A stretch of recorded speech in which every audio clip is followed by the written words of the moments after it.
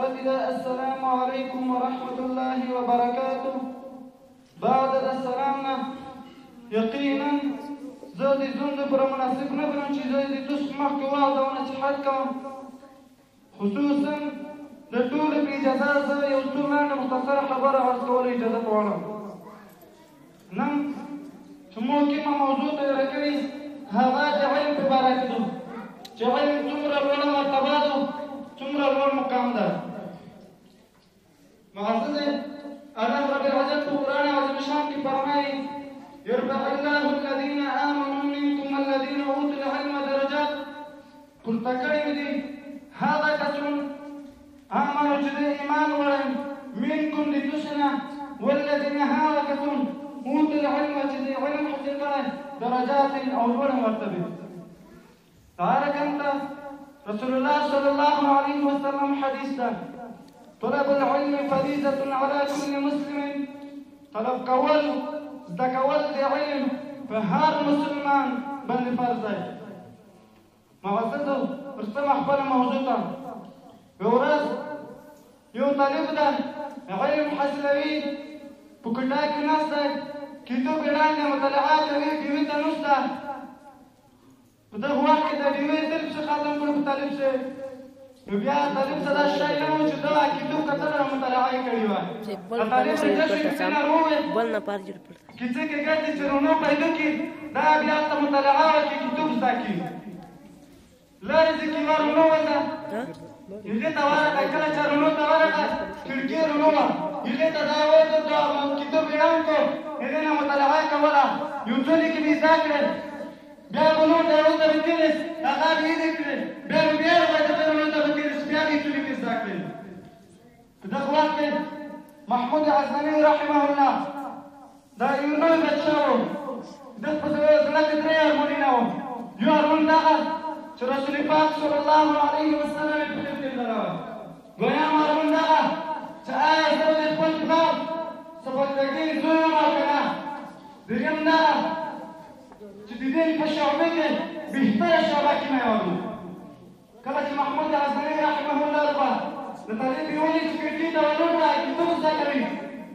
محمود غزنوي رحمه الله پوښتنه وکړه چې ای طالبه ته نه څه کوې؟ طالب ورته وایي چې محمود غزنوي رحمه الله زه هلته مطالعه کوم، کتاب زده کوم. محمود غزنوي رحمه الله ورته وویل چې په کتاب کې ولې نه زده کوې چې دا کړکۍ ته ور ولید ته دلته کتاب زده کوې؟ طالب ورته وایي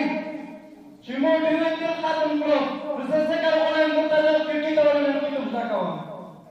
محمود غزنوي رحمه الله ورته وویل چې تا مسلمان شه زه به دلته یوه ډیوه وکړم، هغې ته ته کتاب زده کوه. د طالب ورسره روان شو،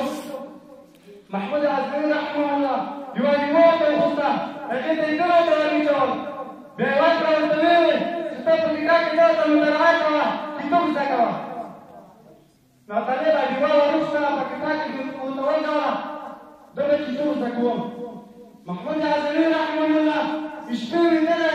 ښې پېړې چې رسول پاک صلی الله علیه وسلم په غېږ کې وڅرواي. رسول الله صلی الله علیه وسلم ورته فرمایي چې ای محمود غزنوي، ای دا سبکتګي زویه، نن تو د مور والد سره ښېګڼه وکړه، الله رب العزت په دنیا او آخرت کې د عزت ژوند درکړي.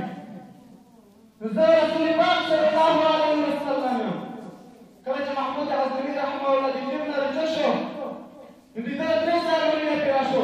یو ارمان دغه چې د رسول الله صلی الله علیه وسلم په خدمت کې ولید. دویم ارمان دغه چې دا یې د خپل پلار سبکتګي زوی و. دریم دغه چې د دین په شعبه کې بهتره شعبه چې د هغه علم ده. معززو الله رب العزت رسول الله صلی الله علیه وسلم ته فرمایي: قل رب زدني علما. تدري ولا تدري علم تفسرنا، يدير علم مختلفنا، تدري علم لكم، ولا يدري علم الورى تقالوا. يا رب حضرة أبو بكر الصديق رضي الله عنه فرمای ثم يخبرين رسول الله صلى الله عليه وسلم بخير كرما بالدليل يا أبو بكر كل زماننا إذا سيرون كما جهنم تبي كما جهنم تبي كما بالدليل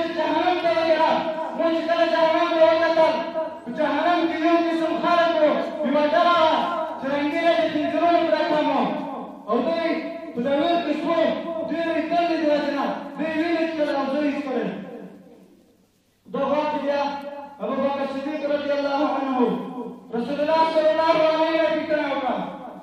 ته رسول الله صلی الله علیه وسلم دا کوم قسم خلک دي چې دومره سخت په عذاب کې ګرفتار دي رسول الله صلی الله علیه وسلم ته وویل چې دا هغه خلک دي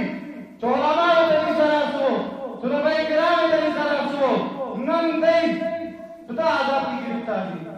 معززو باید علماو ته تعلق وساتو د صحابه کرامو سره تعلق وساتو یو دیوال ځبا باندې درې باندې تر سجانه کوي یو دا چې دا مو کوي چې ته نوې یو دا کاس دویم دا کاس چې په خوي ملای دریم دا کاس چې هغه طالب ته یو څه طالب ته کوي دا درې ته دې طالب ته جنت ته معززو کله چې طالب د علم تر روان شي کنه سبا یې پروزي رسول الله صلی الله علیه وسلم قسم خوري چې موږ هغه د قسم نه چې دا اسمنه ازمکه د غیر اسلام راوړي دي چې طالب د علم مسلمان دي کنه نه سبا یو قدم مبارک دیو کو صاحب الله رب العزت ورکړي فحضرت د علم دومره لوړ مقام ده حضرت ابو هريره رضی الله عنه یو پوس باندې څوکا د مدینه منورې په ځای ته وغه مدینه منورې په ځای خلک ته یوان وکړو چې خلکو په دې باندې څه شوي چې د رسول الله صلی الله علیه وسلم میراث څنګه په تاسو ته د مدینه منورې په ځای خلکو ته شو پښتنه ورته ته ابو هريره رضی الله عنه د میراث څخه څنګه چې موږ مشکل کې باسو وکړو ابو هريره رضی الله عنه فرمایا مسجد نبوي کې رسول الله صلی الله علیه وسلم میراث څنګه ولدا ورشي او تاسو په اړه کې باسو وکړئ د خلک روان شو کله چې مسجد نبوي ته ورسېده مسجد نبوي کې ګرځي شويه دلته قرآن عظیم شان تلاوت کوي بلا دلته د الله رب العزت عبادت کوي منځنه کوي بلا دلته هغه د حرام او د حلال مسلې بیانوي دا خلک فکر وکړو ابو هريره رضی الله عنه په دې کې ولودا کله چې خالد بن مسلم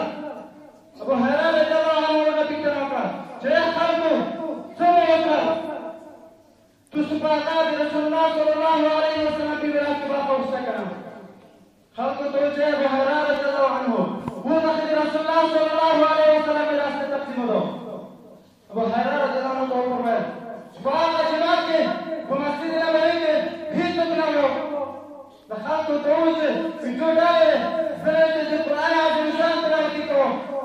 زره چې الله رب العزت منځه او دعا کوي او زره د حرام او د حلال مسله بیانوي ابو هريره رضی الله عنه فرمایا داخل رسول الله صلى الله عليه وسلم من عصا معزز رسول الله صلى الله عليه وسلم من الدنيا نده پیسې نه دي دغه میراث علم ده بل معزز که هر څه ویلي بچای فکر کیږي کې هغه د علم تعالی علم د ځاکی یو میراث خلیج دي خلیج سره محبت کی یا علم سره محبت کی الله رب العزت کی خدا باندې جنت دی معزز باید هر څه د قصو کې چې ورته علم داخلي باید علم تاسو ونن زه خپل خبره ختمه کوم کومه تکلیف کې زیاته او غلطي شي او دا تعالی